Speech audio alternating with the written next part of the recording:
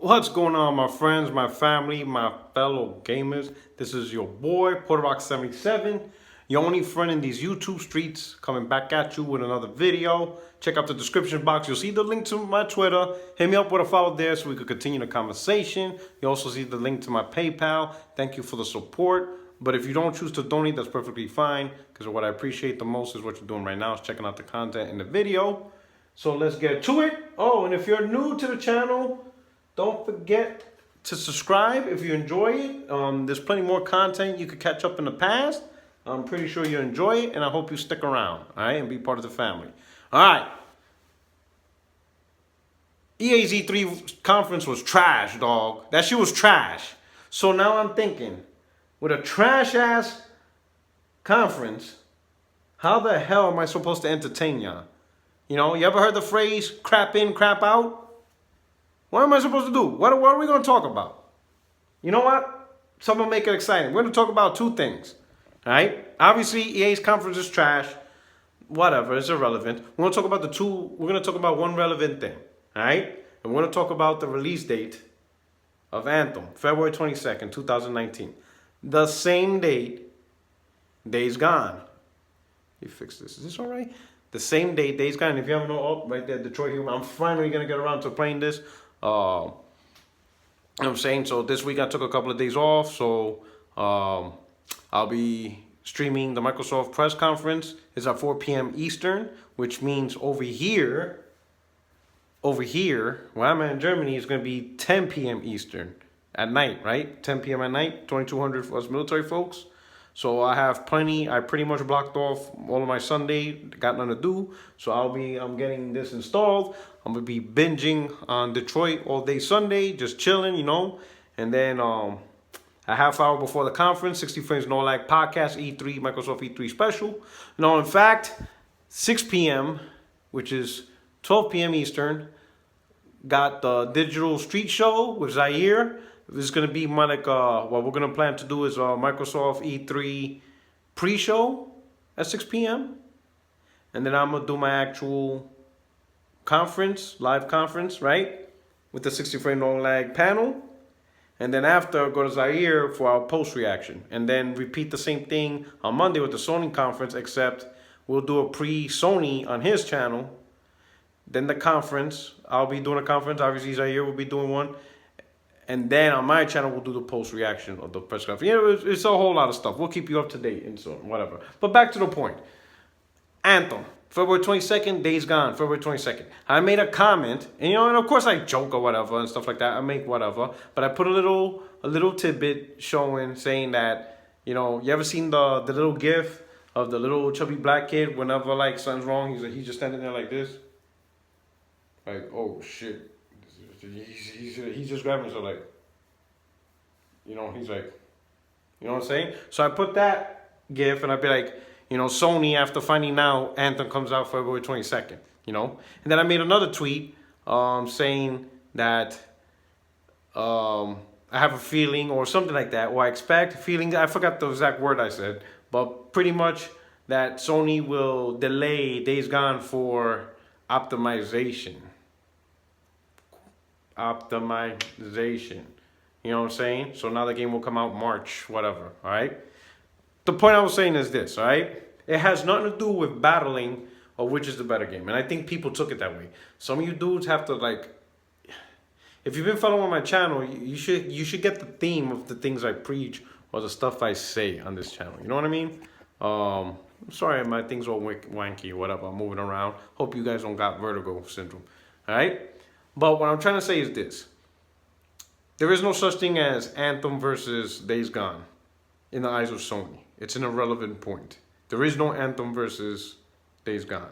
It's not all Days Gone is better, single player is better, fuck multiplayer. It is not all, you know, multiplayer is better, because it has higher value. It's irrelevant. In the eyes of Sony, it's an irrelevant point. You want to know why? Because both games are on the PlayStation platform, and both games make Sony money. That's it. It's an irrelevant point. Sony's not trying to beat out Anthem for EA. You understand? Sony doesn't want to beat out Anthem for EA. In fact, Sony wants Anthem to sell. Sony also wants Days Gone to sell. The point what I'm trying to press, and I mentioned this 100 times, is this. Specifically for Anthem and Days Gone coming out the same day, you're gonna have 3 groups. You usually have 4 groups. That group is the people who don't care about both, but ignore them. We're gonna focus on the ones who are willing to put their money to play these games. Group 1 is the ones who primarily are gravitating towards Days Gone. Got that group. Group 2 is those who are gravitating towards Anthem. And then group 3 are those who gravitate towards both. That's the key group you have to think about. All right? That's the key group. The ones who want both. Within that group who wants both, you're going to have guys who buy both. And then you're going to have guys who only buy one, that game that day.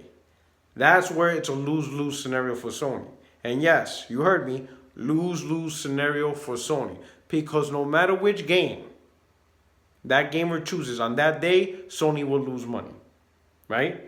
If the gamer goes out and buys Days Gone, sure, Sony made money on Days Gone, but that gamer didn't go buy Anthem. Sony loses a cut. Because every game Anthem sold on PlayStation 4 is a cut for PlayStation. It's a cut for Sony.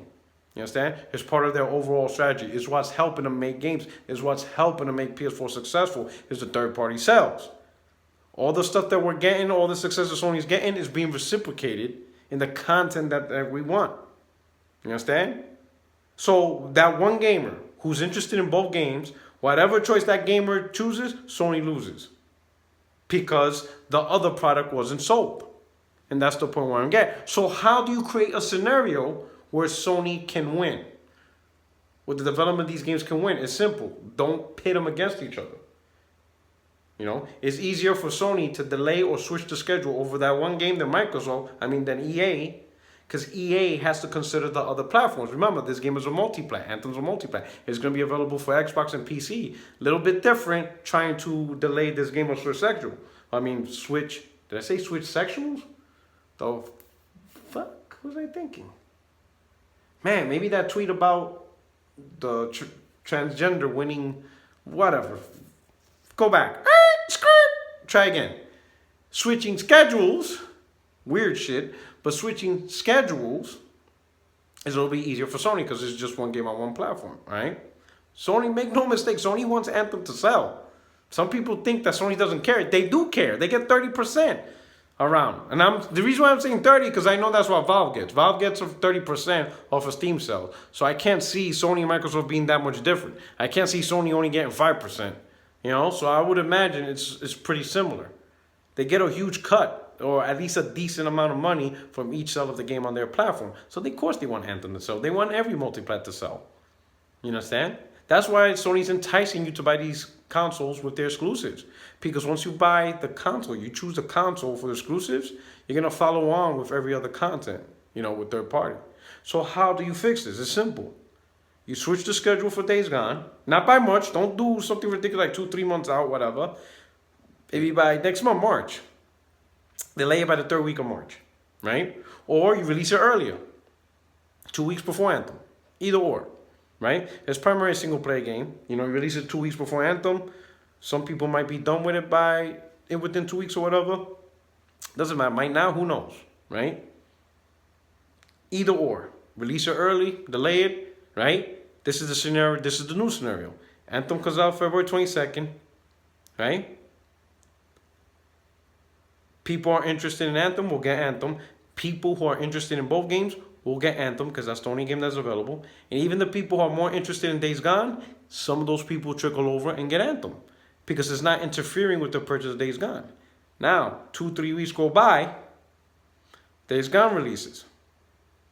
The people interested in Days Gone will get Days Gone. The people who are interested in both will get Days Gone. Why? Because they already got Anthem.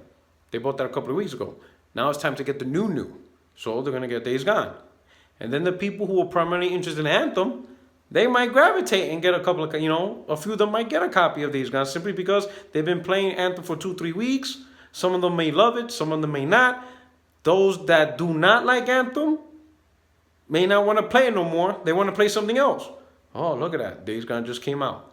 Let me go cop that. Since it's the brand new. It's the new. Everybody understands? More sales for Days Gone. That's the point I'm trying to make. It's not about saying that Anthem was better than Days Gone. That's not really the point. It's no matter what, the crowd that wants both, they're going to have to make a choice. Now, some people will buy both games. Other people, they're going to make a choice. No matter what choice they make, it's a lose-lose scenario for Sony because they want Anthem to sell, they want Days Gone to sell. But when both games are out on the same day, that's not going to happen. Somebody's going to lose, and it's ultimately Sony. All right? Ultimately, all right? Now, I'm not saying I feel bad for Sony. I'm just trying to tell you the logic of the business side behind it.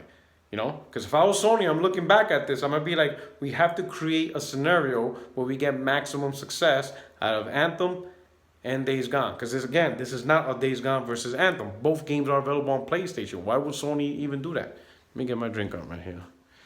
I'm kind of thirsty, all right? So that's the point I'm trying to make. I'm not trying to say multiplayer better, single player don't care. No, that's irrelevant. Both games are on PlayStation. What's there to fight about?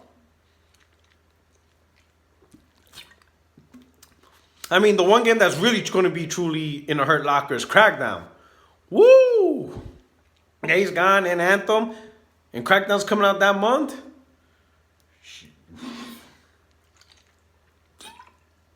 Bruh, that's going to be rough, right? So,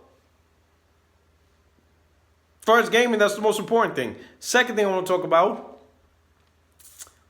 outside of gaming though, but I want to talk about it because I'm excited, because this is one of my favorite horror movies of all time, is the new trailer for Halloween 2018 just came out. Random, right? Random ass topic, right? I rarely do this. But I love the original Halloween. It's one of my most favorite horror movies out of all the horror movies. I love the original Halloween. I even enjoy Halloween 2, right? But I love the first Halloween. It's absolutely fantastic. Probably one of the first horror movies I've seen or something, maybe. Not sure.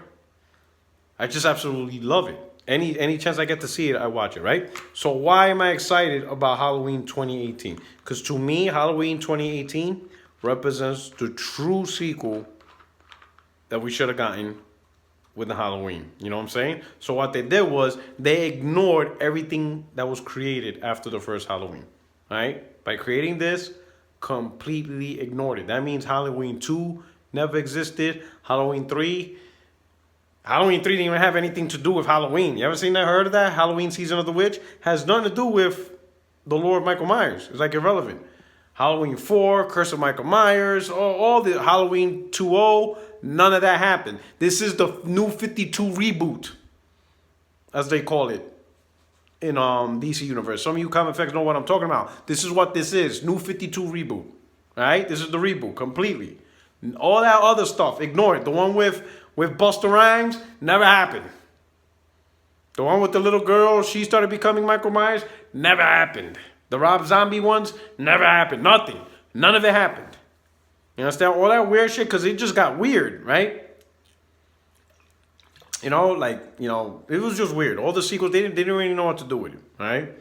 But the first one's a complete classic, untouchable, absolutely amazing. So what they did with this one with the reboot, it's not even a reboot, it's a proper sequel, is they ignored everything, and what ended up happening at the end of the events of the first movie, and yes, I'm gonna spoil some shit, because if you didn't see Halloween by now, you need to, just stop watching my video, go stream it, go Kodi it, go do something, go to Amazon Prime, go somewhere and watch the original Halloween. You have to now, right?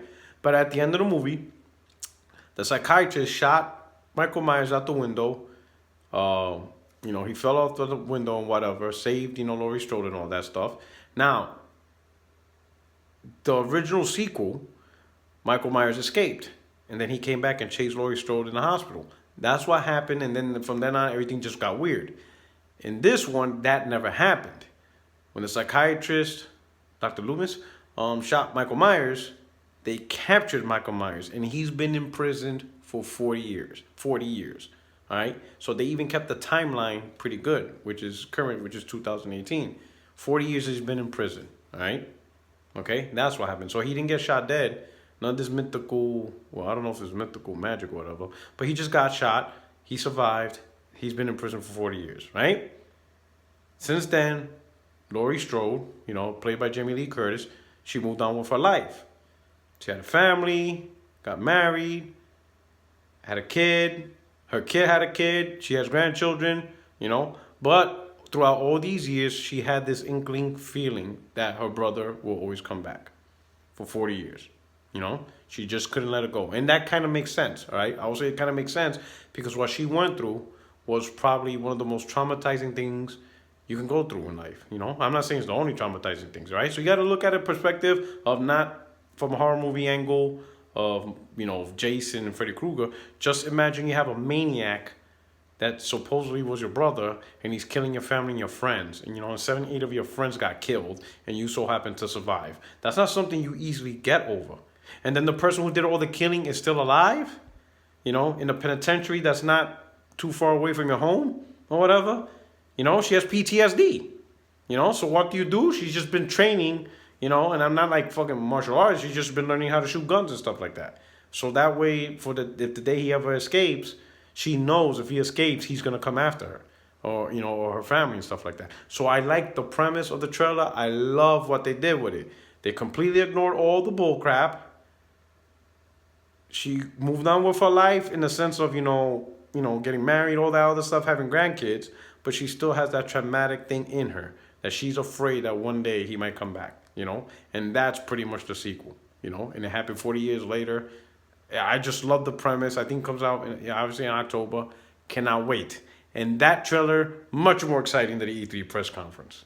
Much more, all right? The movie Halloween, much better than the E3 press conference. So if you wasted your hour watching that and you haven't watched Halloween, do yourself a favor. Fix that tonight. Go watch some Halloween, see a great classic, and then in October, let's go watch this proper sequel to the thing, all right? But anyway, I think that's the best I could do with trash. That was weird. That's the best I could do with a trash conference. Hopefully Microsoft's conference, they knock it out the park. We'll see. Definitely check out my live streams tomorrow. So again, 12 p.m. Eastern, Digital Street Show with Zaire, aka Next Gen 720, aka he just can't keep his Twitter account active because they keep blocking it. So I don't know what's going on with that. Check that out. We'll do like a little pre-Microsoft thing, right, on my channel. Then I'm going to stream the conference, which is at 4 p.m. Eastern, right, with the 60 Frame No Lag podcast, you know, crew, right? And then after that, I'm going to do a post show on Zaire's channel. It's going to be a busy day tomorrow, right? Between gaming and podcasting, it's going to be a fun time. And then we're going to do the Sony one. Sony one's at 9 p.m. Eastern, so it's going to be 3 in the morning here. But yes, I took the day off for work, you know what I'm saying, so I could do all that stuff. So we'll do a pre-E3 show, maybe in Zaire's channel, the conference on my channel, post-reaction on my channel. All right? Good times, right? I won't be doing the Nintendo one, okay? Because they're on some, whatever. I'm not part of the program and I don't want to catch a strike from them or whatever for showing content I'm not supposed to show, right? Makes sense. Anyway, this is your boy Porter Rock 77. If you're new to the channel, I hope you enjoyed this little video and stuff. Stick around, hit the subscribe button, hit the bell. You should see these little cards come up to make it easier for you to subscribe and stuff like that. And check out my playlist. I have a nice setup so you could just hit play, check all the content in the past, all right? See you guys tomorrow live. Let's rock out. Let's enjoy E3. This is your boy Porter Rock 77, your only friend in these YouTube streets, all right? Peace.